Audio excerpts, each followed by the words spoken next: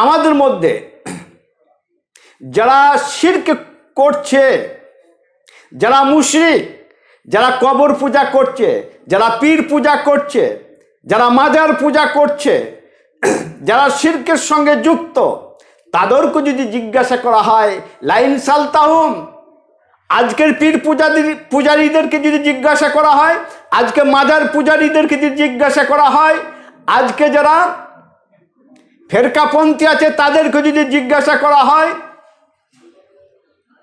আজকে যারা কবর পূজা করছে তাদেরকে যদি জিজ্ঞাসা করা হয় আসমান এবং জমিনের মালিককে, তারাও স্বীকার করবে, তারাও বলবে যে আসমান এবং জমিনের মালিক হচ্ছেন আল্লাহ।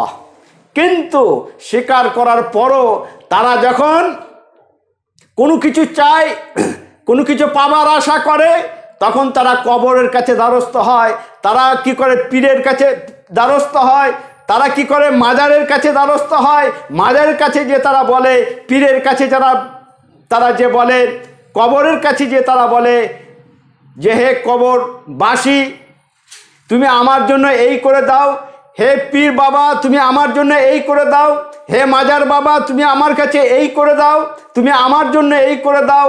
সরাসরি আল্লাহ রাব্বুল আলামিনের কাছে অ্যাপ্লিকেশন না করে, আল্লাহর কাছে না চেয়ে তারা কি করে, কবরের কাছে চায়, মাজারের কাছে চায়, পীরের কাছে চায়। এই চাওয়ার কারণে তাদেরকে কি বলা হয়? মুশরিক বলা হয়। এবং পরক্ষণে তাদেরকে যখন জিজ্ঞাসা করা হয় তোমরা কবরের কাছে মাথা নত করছো কেন, তোমরা পীরের কাছে মাথা নত করছো কেন, তোমরা মাজারের কাছে চাইছো কেন, তখন তারা বলে মা না'বুদুহুম ইল্লা লিয়ুকাররিবুনা ইলাল্লাহি যুলফা, আমরা কবরের কাছে যাই না, আমরা মাজারের কাছে যাই না, আমরা পীরের কাছে যাই না, আমরা আল্লাহর কাছে চাই, কিন্তু আমরা সরাসরি আল্লাহর কাছে যেতে পারি না। আমরা কি করি?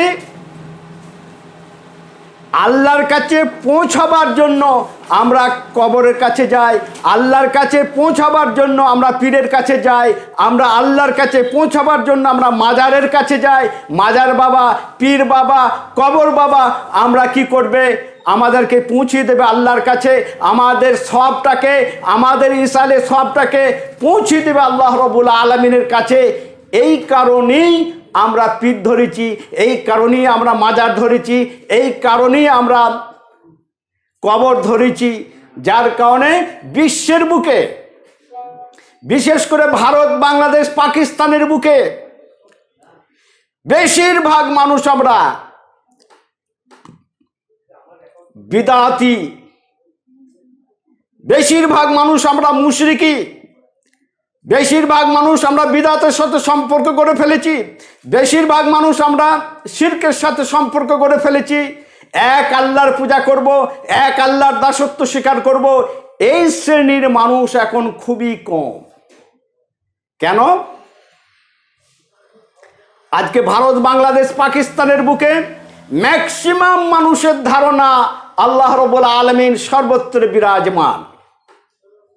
আজকে বাংলাদেশ, পাকিস্তান, ভারতবর্ষের ম্যাক্সিমাম মুসলমানদের ধারণা আল্লাহ রাব্বুল আলামিন নিরাকার। ভাবতে অবাক লাগে, ঈমান আছে?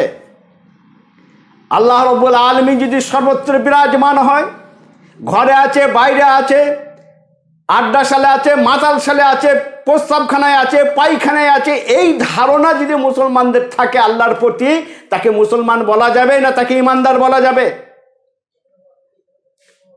আল্লাহ যদি নিরাকার হয়, আল্লাহর কোনো আকারই নেই, তাহলে তাকে আল্লাহ হলো কি করে?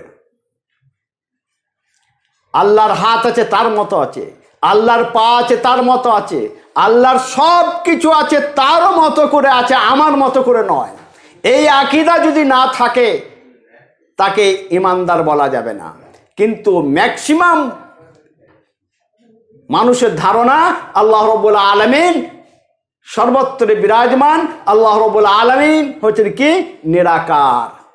এই ধ্যান ধারণা যদি থাকে তাকে মুমিন বলা যাবে না, তাকে ঈমানদার বলা যাবে না, তাকে মুসলমান বলা যাবে না। এটা হচ্ছে কুফরি মতবাদ, এটা একটা কুফরি মতবাদ।